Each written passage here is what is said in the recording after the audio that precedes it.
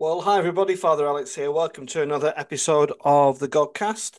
I'm the vicar of St Matthew's Church in Burnley. I'm the host of the Godcast, and I'm also the author of Our Daily Bread from Argos to the Altar, brief story, which is out now and is available online and in all good bookshops. My guest today on the Godcast is Dr. Karen O'Donnell, and Karen is the academic dean at Westcott House in Cambridge. We'll be talking to her about some theology and other matters. So I do hope you enjoy this Godcast. If you do, check out or subscribe to the YouTube channel. There are hundreds of interviews there with theologians, with celebrities, with musicians, with politicians. There really is something there for everybody. But for now, do enjoy this interview with Dr. Karen O'Donnell.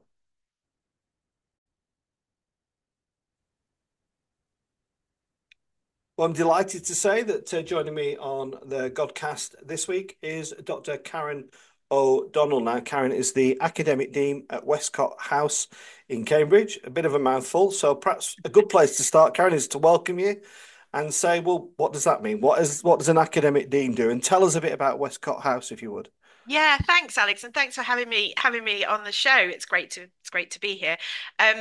Academic dean. So if you think about training for ministry as having like a stool with three legs, and one part of it is like the formational kind of training bit where you learn, this is how you do a baptism, this is how you organize your pension, this is what it means to apply for a faculty, that kind of stuff. I'm not sure if faculties are formational, but yeah, maybe. Then you've got your placement training where you're in parish or you're at chapel in a college, kind of doing the hands-on stuff, getting stuck into things. And then everybody does some academic training. So that might be 2 years of an undergraduate degree, it might be a PhD, it could be all kinds of things in between. And my job is to make sure that people are on the right pathway for their experience, the kind of thing they want to kind of go into ministry with, and to kind of support them through that, make sure that they're thriving. And as part of that, I do some teaching as well. So that's the academic dean bit. Westcott House is a inclusive sacramental Anglican training college. That's our official pitch anyway. It's a training college about 150 years old based in Cambridge. And yeah, we've got a mix of students here who are ordinands training for ministry. We've got independent students who aren't training for ministry but love a bit of theology and are hanging out to do some of that. And then we've got a really big dispersed, distanced um, postgraduate community. So that's people from all walks of life, um, all different kinds of Christian denominations and none at all, who are doing our various online master's degree programs, and then our various PhD programs as well. And I have oversight over all of them as well. So I'm a busy woman. Yeah. So how many Yeah. how many students are there, roughly?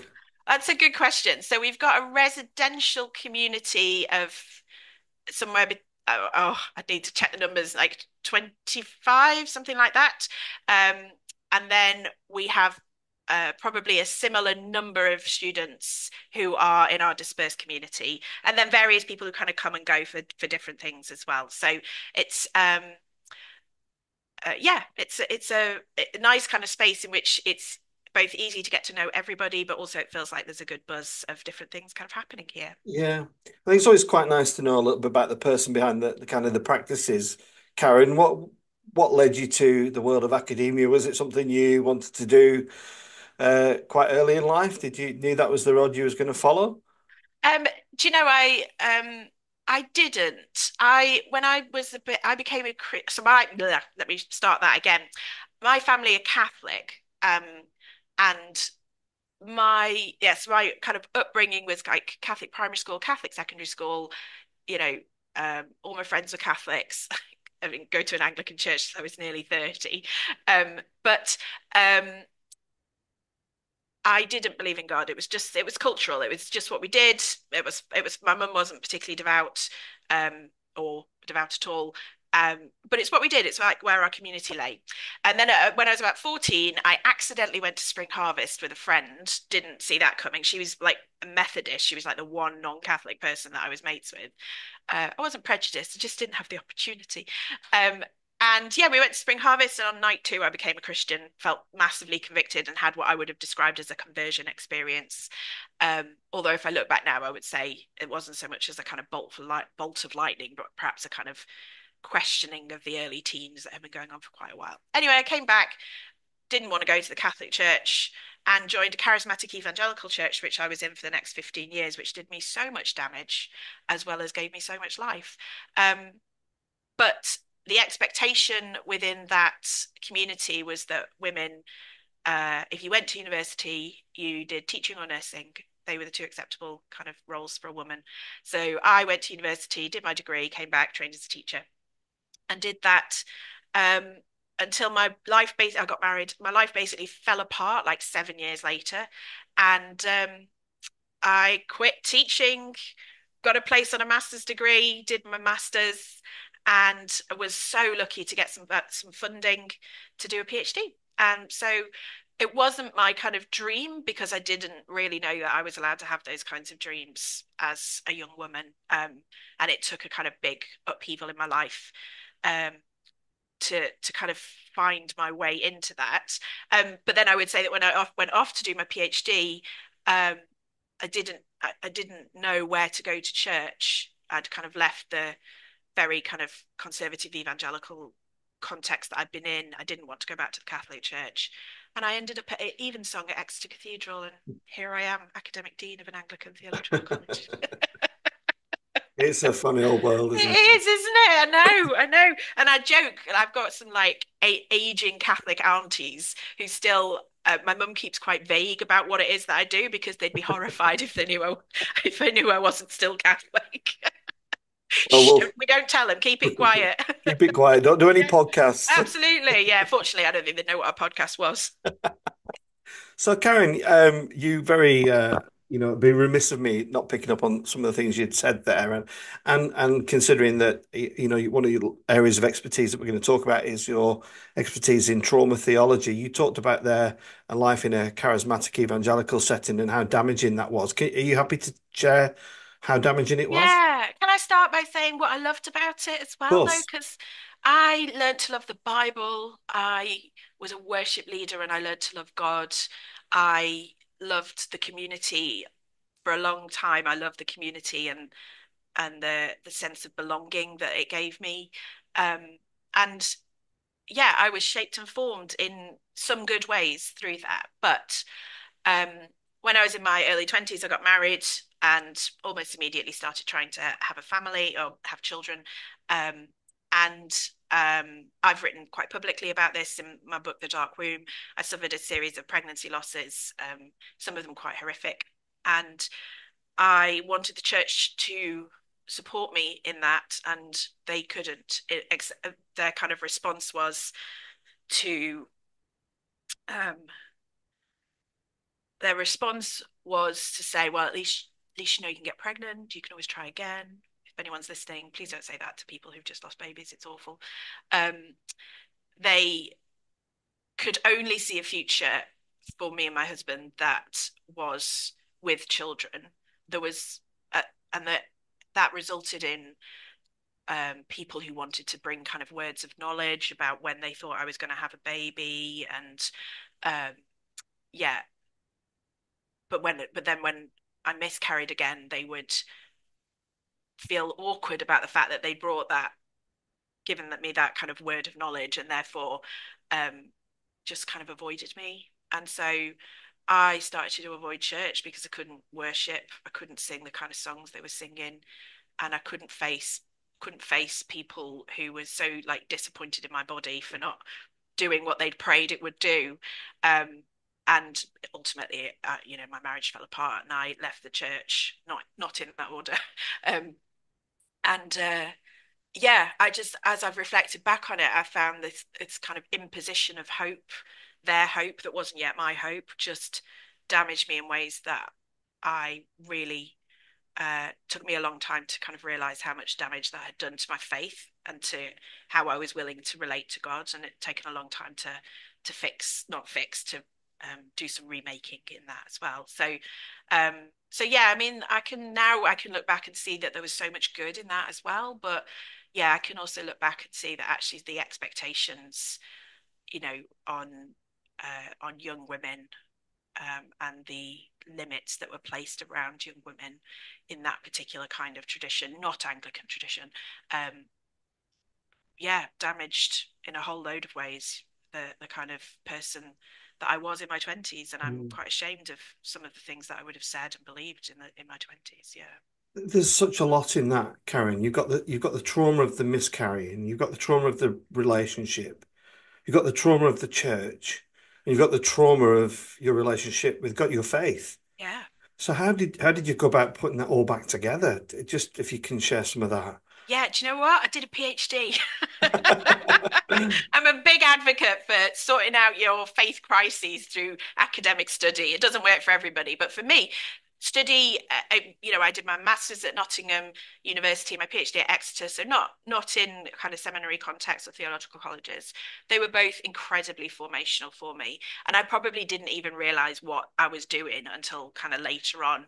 But what I was really doing was I'd never lost my faith. I'd still believed in God, and I still believe that fundamentally God was a good God, and there was this massive disconnect, and so yeah, I threw myself into theology that I didn't even know existed, um, and in the first kind of term of my PhD, my supervisor, who's this incredible feminist theologian, said, "Oh, by the way, have you read this thing?" And I went and read it, and it turned out it was Serene Jones's book, Trauma and Grace. I'd never read anything on trauma before, and in it she has a chapter on her own experience of pregnancy loss. I'd never read any theology of pregnancy loss that wasn't God's got good plans for your life. Don't worry about it.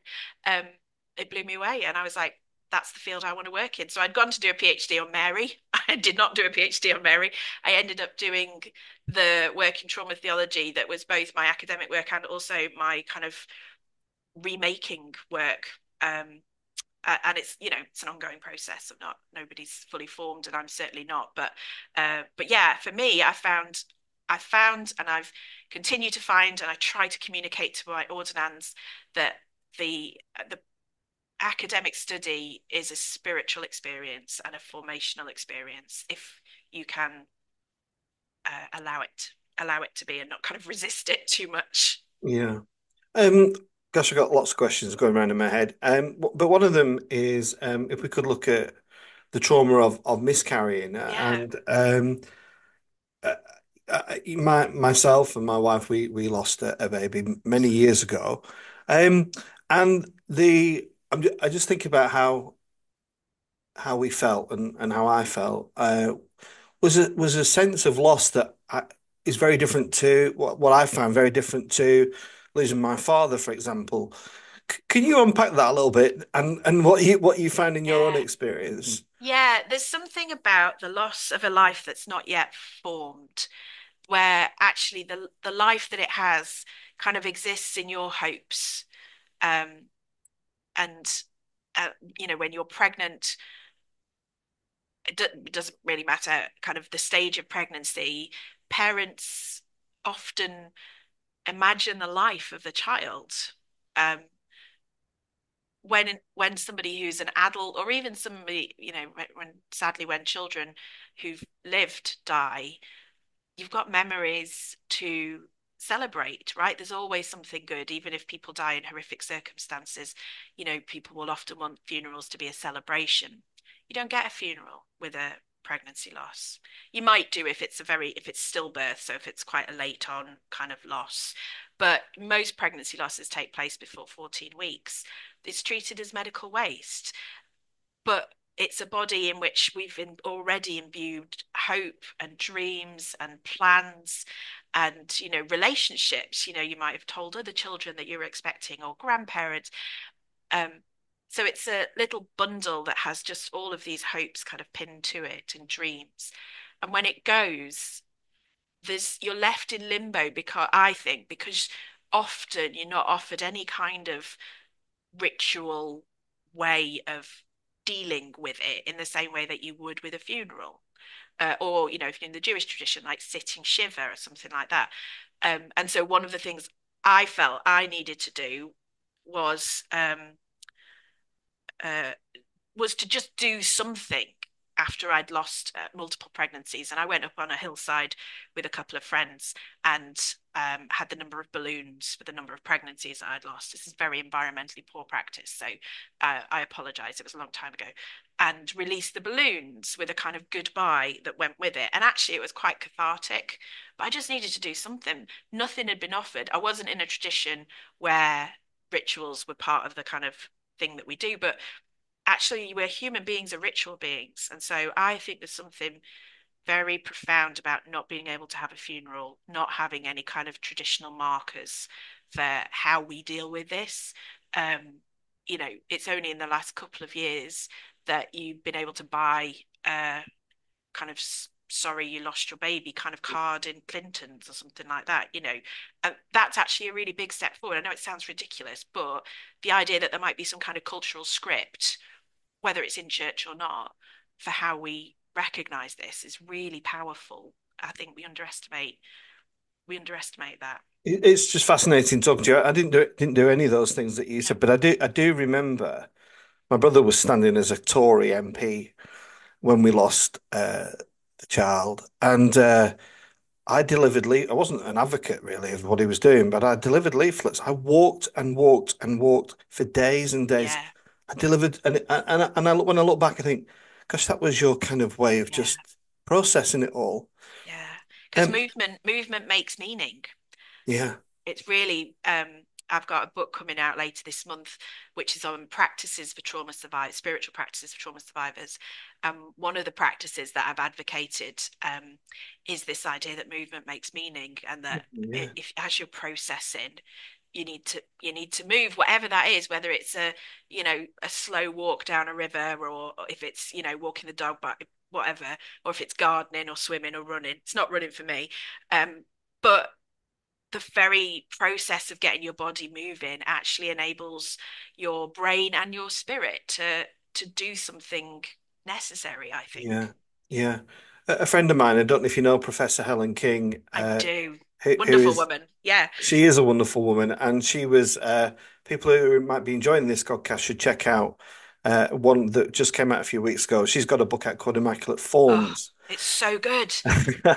And we were talking about some of the historical kind of ideas around the womb. Mm. Never thought I'd be doing this, but I was, and thoroughly enjoyed it. But actually, about the historical understanding of when a baby becomes a baby, when it's fully formed, etc. And I suppose a question for people who might be watching this who have experienced this, the big question, where's God in a miscarriage? It's something that people will ask, isn't it? What would your response be to that? God isn't in miscarriages. God doesn't cause miscarriages to happen. God doesn't fail to prevent them from happening. But then, if you believe that, you have to believe the flip side, which means that God doesn't cause babies to be born either. And that's really hard because we're much more comfortable with the idea that, oh, God bless me with a child. With But if you're going to say that, the flip side of it is God did not bless me with the one that I was already carrying. So my my perspective is that God isn't in miscarriages. God isn't in actually biological processes at all. Um, and that so God doesn't kind of fail to act. God doesn't cause these things to happen. Um, for a long time, I felt the idea of solidarity was just so insufficient. I was like, well, I don't care. So what if God's alongside me? I don't fix anything. But I'm actually kind of coming around to the idea of that now. And that, like in hindsight, was certainly my experience is that, how did I experience God in my miscarriage? I experienced it with the one friend who came and sobbed with me on the kitchen floor for hours and hours and then made me a cup of tea and got me a fresh set of pajamas. Like that's where God was. It wasn't in church. It wasn't in the people who wanted to lay hands on me and pray for another Mm. pregnancy. It was in the person that loved me and cared for me in the moments when I was absolutely kind of wordless and just kind of pure emotion. She did me. She was God. God nudged her. That's how I would kind of talk about God kind of nudging her into action, and that's where God cared for me in that experience. Yeah. I don't know if that's enough, Alex, but it's all I've got. Yeah, well, Yeah. it's good. It's helpful. And just moving things on a little Yeah. bit, Karen, you know, I'm a liberal Catholic, but one of my best mates is a charismatic evangelical, a window washer, as I call him. Well, you can't see his Alex's hand movements there. And and just think about some of the recent trauma, think about Soul Survivor, Yeah. and also, I'm a member of General Synod, Mm. listening to people's stories and kind of almost endless line of people who Right. have suffered trauma through relationships or people who've let them down or safeguarding issues. And on a wider context, Karen, what's your assessment of the Church of England at the moment? And I mean, and anybody who's only listening, Karen shrugged her shoulders. It seems such a hot potato. It seems to be something that gets moved from one person to another. Right. My feeling is I don't think anybody quite is taking full responsibility for it. Well, where are you with it all? Um, so one of the things that I think is common to these experiences of all the different kind of things that you've named there is places where men's authority goes unchecked. Like, let's be honest about this. I think this is a sin of the patriarchy that imbues men, particularly men with kind of religious power, with a particular kind of authority that's spiritual, way more influential than we perhaps want to give it credit for, and goes unchecked. So certainly, I think in Soul Survivor, I think that's what you see. There is unchecked authority, insufficient oversight. I would say that was the case in the kind of church tradition that I was in. Is that you know people who were leading the church had no qualifications to do it, and no training, no oversight. In a million years now, I would never join a church like that, having experienced that and seen the kind of stories that have come out from other churches. I don't think the Church of England takes safeguarding seriously enough. I think until we have a really robust theology of safeguarding, and that's more than, um, do unto others as you would do to yourself, something deeper than that. Mm. I don't think the church it won't be more than a box ticking exercise. And I say that having gone through all the safeguarding training, I've found some of it really great. All of our ordinands do it. I'm not saying safeguarding training is bad. What I am saying is I think safeguarding training on its own is insufficient as it currently stands because it doesn't have a theological underpinning. But I would say that, right? I'm a theologian. Um, and yeah, I don't think anyone wants to take responsibility for it because it's terrifying. I think it's terrifying. And I genuinely believe that as we've started to kind of take account of spiritual abuse alongside sexual forms of abuse, which have obviously dominated, and quite rightly so, our discourse for a number of years, we're only scratching the surface.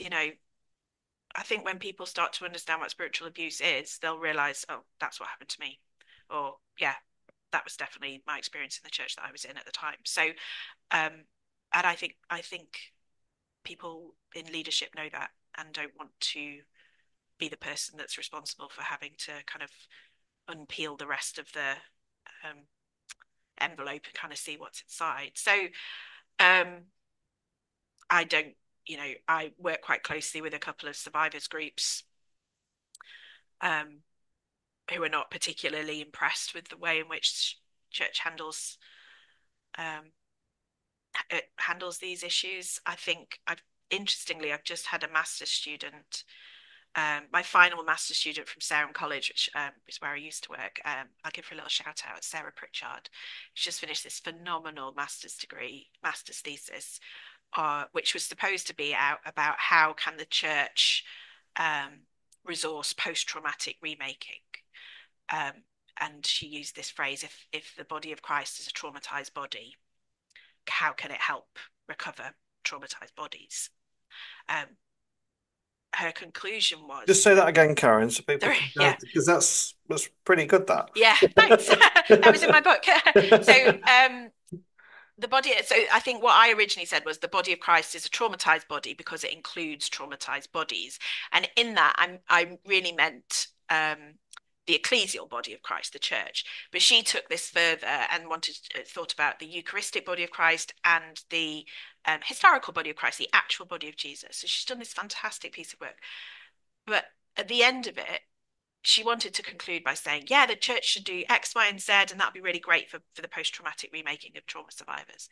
Her conclusion was actually the church is not a safe place for trauma survivors because it is fundamentally broken in and of itself. It is traumatized itself. And she points to the different factions, the different ruptures that are within the church. Ruptures are kind of classic motif in trauma theology, a classic theme. Different ruptures, she just fundamentally concluded it wasn't a place of safety, and safety is the key aspect for beginning this post-traumatic remaking. And she was really quite stunned with herself. It's like, oh, this is not where I thought this was going, but actually this is where the research has taken me. And I think she's right.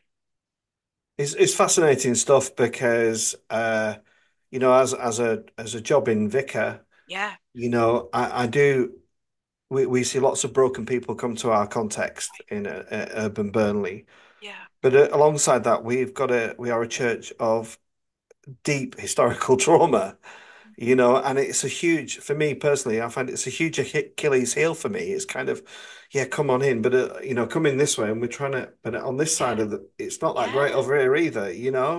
right, And it is a yeah. worry, and I'm not sure um what the solution is.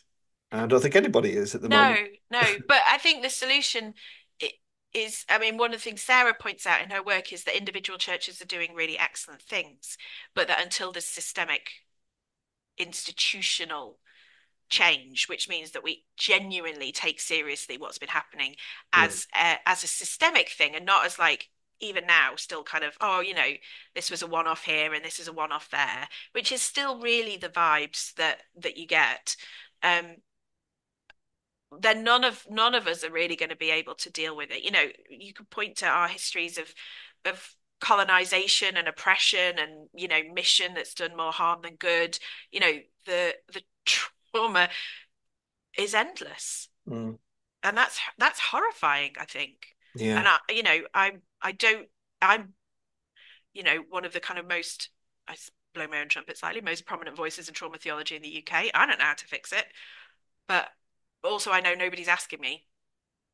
No. No, which is sad, really sad. Can we end with something more cheerful? Yeah. Well, yeah. Well, hang on. I've got a few. Oh no, go for it. Yeah. I know I said half an hour, but That's okay. That's fine. I've got I time. you got to forgive me because I am dyslexic and I need to look up this word that I want to ask you about that you teach. It's about well, I've not asked any of my questions, That's all right. that I was going to do, but so you teach like the philosophy of learning, don't you? It's got a funny name, Pedagogy. pedagogy. Yeah, That's the I'd one. never heard of it, Oh, Karen. I okay. had to look it up, and That's all right. I just want to ask you about this Yeah. because you are clearly an academic. What I'm enjoying about this conversation is you're very relational. You're very Mhm. engaging. All those kind of things that appeal to me as a non-academic. Yeah. Good. So dyslexic, Mhm. less school, no qualifications, working class. Mhm. And some people will know that I've raised a private members motion for a national strategy for people from a working Yeah. class background. What I'm not saying is that people from working class backgrounds are not academic, but if you could tinker with the strategy of the academic process for ordinands, for me, I personally would love to see an apprenticeship program. Mhm. And I know that there will be some theologians and academics will be like, "Oh, hang on, you can make us redundant." But what's your approach to this? And do you think there's a reason there's reason in my argument? I think there is this reasoning your argument. I think probably one of the things that the Church of England needs to do is stop assuming that everyone goes through BAP to do the same thing. Because I've got, I've had ordinands who are like, I'm called to be a chaplain, but I have to go through this plus my curacy, pretending like I want to be a parish priest, and I don't. I want to be a chaplain. Um, and various people. There are various roles within the Church of England clergy, and we don't allow people to start thinking about them until quite, late down the line. So that's one of the things I think would be useful, and then that we might actually have opportunity to tailor training in more bespoke ways for more bespoke kinds of pathways. And we just don't do enough of that at the moment. And I say that as somebody who runs nearly 38 different degree programs. They're not, but they're often variations of the same thing. Was not huge amounts of difference in them. I would also say that I think that flipping age restriction on the years of training is one of the absolute worst things in the Church of England's approach to its ordinance. You cannot make a decision about how many years of training somebody needs based on their age. And it's not fair because it would mean that somebody who's in their early 40s um, doesn't get, but perhaps left school with no qualifications, doesn't get the opportunity to do the kind of study and have the kind of um, learning opportunities that at a pace that suits them. I'm not necessarily saying everybody needs to do the BA, but that actually perhaps doing a diploma over 3 years with a good amount of support and pacing through it would be fantastic. But that's currently not possible or less possible. I've actually got a couple of students this year who technically should only have 2 years, and we've managed to convince should have three, both of whom left school with GCSEs and are very excited about study, which is wonderful. And we're really happy to support them. But also, a good proportion of our students are neurodivergent. Okay, sometimes that means they need to take longer. But also, there's this idea that if you've already got an undergraduate theology degree, you only therefore need 2 years of training. Well, you can do a master's in 2 years, but just because you've got an undergraduate theology degree doesn't mean you don't need more than 2 years kind of formational experience and training. So I think that kind of whole criteria about how we make decisions about how much training people get, how much opportunities they get within theological colleges or institutions or courses is just bonkers. It doesn't work. So I would be very supportive of any movement to rethink that and to rethink how we decide what kind of training people get. My preference would be to have everybody here for as long as possible, but then I'm a theologian and I would say that, right? I just think that uh, most of my students who've come in this year have come here for 3 years, and that's just wonderful. We can do so much more over 3 years of full-time training than we can over two, obviously. And the same would be true over 3 years part-time training than we get then over two. So I just think all that criteria isn't helpful and doesn't really respond very well to the individual person. I think academic in the sense of academic's such a difficult word. I think learning how to study the Bible and learning some good theology and learning how to think is really important. It's really important for everybody. It doesn't mean everybody needs to do a PhD, but I want everybody who is in priestly ministry to know how to do that. Yeah. And hopefully we're both a good advert for that. I'm not, I hope so. Of I'm a theologian, course you are. Yes. but I'm not an academic. Yeah, So, absolutely. And, I would say, my granddad laid roads. I'm not from a super academic family. Um, my mum was the first one to go to university in her entire family, which was amazing. But yeah, I'm I can't claim working class origins, but certainly my family is not a super academic family, and I work hard. I'm not a natural. I have to work hard at it. I don't read quick. My brain Yeah, works quite slow. Um, things take me a lot of time. But I love it. yeah.